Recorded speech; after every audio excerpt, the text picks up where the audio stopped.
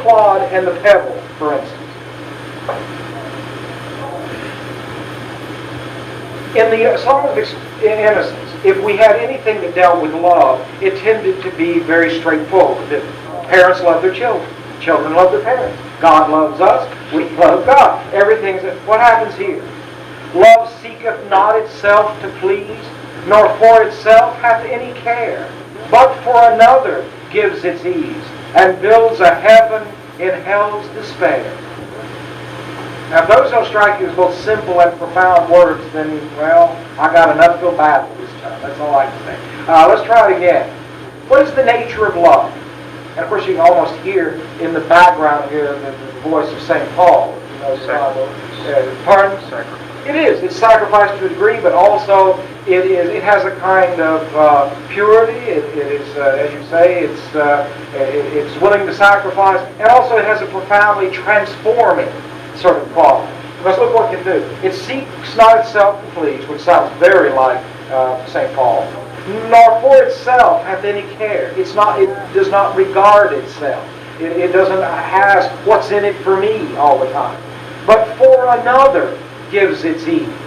That is, it'll give up its own comfort, give up its own ease in order to, for the good of someone else that it loves. And what does it finally do? It transforms them and builds a heaven in hell's despair.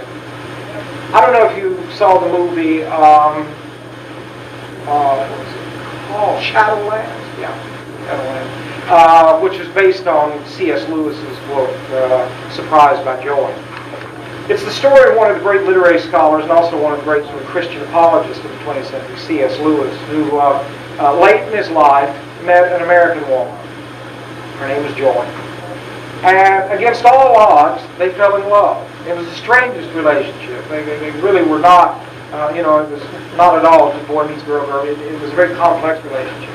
But in that relationship, both of them realized they had finally found what they'd both been looking for and had never found before. And almost immediately after that, it turned out that she had cancer and was going to die. And the book, Surprised by Joy, and the movie Shadowlands, in it, Anthony Hopkins. Anything that Anthony Hopkins is, I promise you the man can act. Anyway, he plays C.S. Lewis.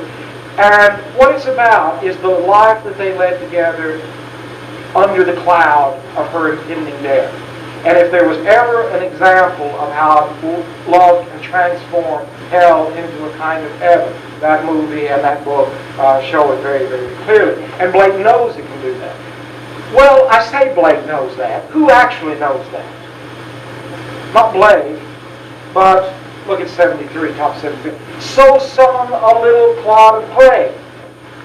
That was the song of the clod of clay. Say what?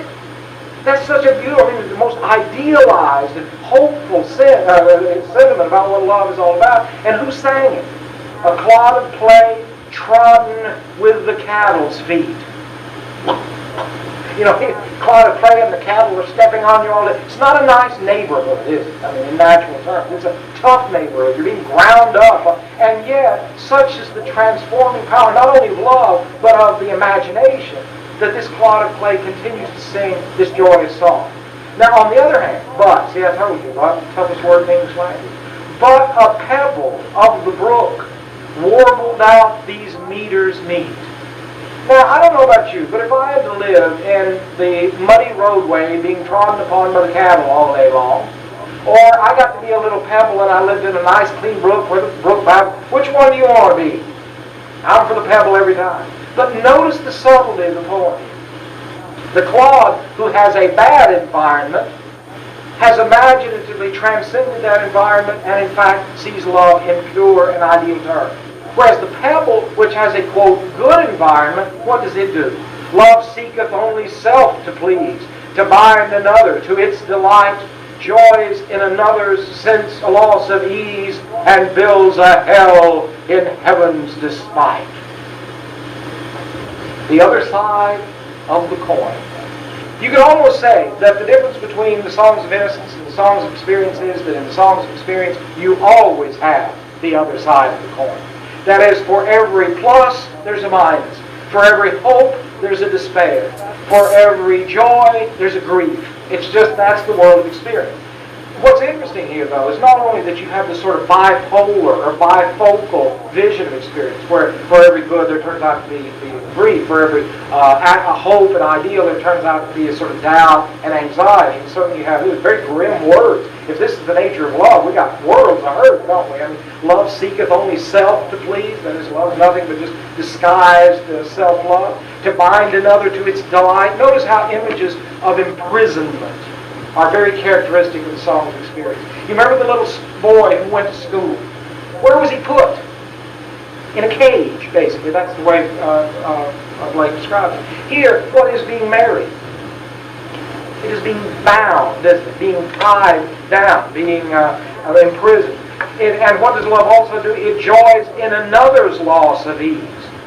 It doesn't give up its own ease for others. It enjoys another's loss of ease. So it's not only dictatorial and imprisoning, it is also sadistic. It enjoys the pain of another. And what does it do? And builds a hell in heaven's despite. Love can ruin anything. Well, you know, LaRochefoucauld, back in the neoclassical age, says if we may judge from its effects, love is more closely connected with hatred than it is with friendship. Is there always a certain truth in what the experienced mind sees? We do not have a 64% divorce rate in this country for nothing, folks. I mean, there is that side, isn't it, to the reality of things.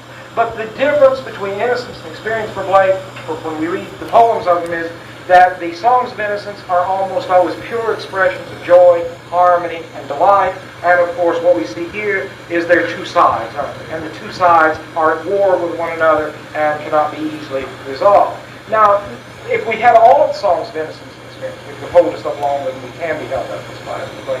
We would see that many of the songs of innocence are echoed in the songs of experience. In other words, you get kind of before and after shots of the same material.